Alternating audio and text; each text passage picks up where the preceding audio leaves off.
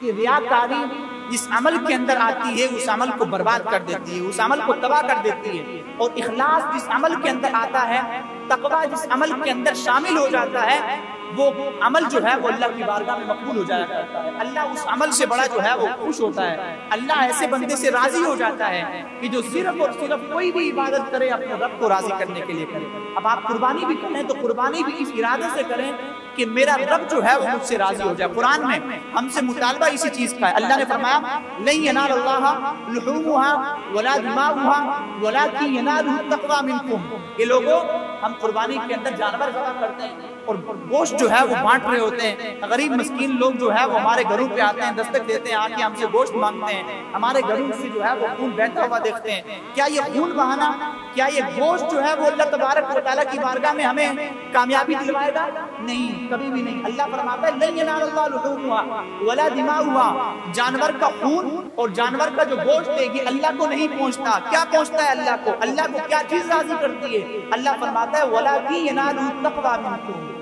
اور لیکن تمہاری جانب سے جو تقویٰ اور پرہیزگاری ہے، جو اللہ تبارک و تعالیٰ کی بارگاہ میں جو بھی تم نے عمل کیا،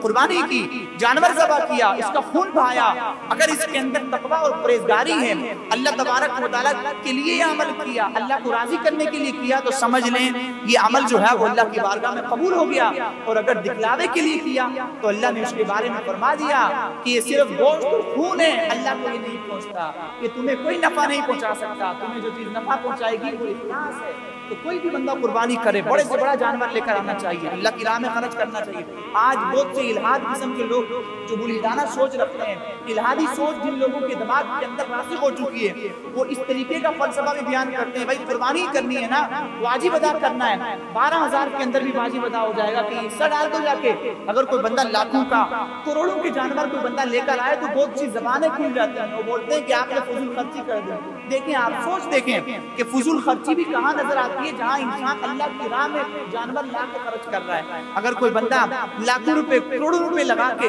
سینما کھولتا ہے، اس کے بارے میں کوئی نہیں کہتا کہ یار یہ پیسہ تو اللہ کی راہ میں دے دے، یہ پیسہ تو غریبوں کو دے دے، یہ جو ہے وہ بیواؤں کی شادی کے اوپر جو ہے وہ خرچ کر دے، یتیم بچیوں کی شادیوں پہ جو ہے وہ خرچ کر دے۔ وہاں کسی بندے کو یاد نہیں آتا، یاد یہاں آتا ہے کہ جب کوئی بندہ اللہ کی راہ میں مال خرچ کر رہا ہو۔ تو ایسی سوچوں کو ہر مسلمان جو ہے وہ اپنے دل و دماغ سے نکال دے، اور اگر کوئی بندہ ایسی سوچ ہمارے سامنے رکھے، ہمیں ان سے یہ کہنا ہے بھائی یہ مال اللہ کا تھا، اور اللہ کی راہ میں قربان کرنے کے لیے اگر میں کروڑوں کا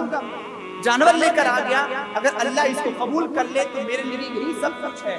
اور باقی رہی بات کہ غریبوں کو دینا، مسکینوں کو دینا، بیواؤں کو دینا، یتیموں کو دینا، ان کی کفالت کرنا، وہ بھی جو ہے وہ انسان کرے، لیکن ایک عبادت کو آڑ بنا کے، عبادت سے روک کر یہ کام کروانا شریعت اس کی اجازت نہیں دیتی۔ زمانے بھر میں ڈھونڈا ہے محمد سا نہیں کوئی، محمد سا نہیں کوئی، محمد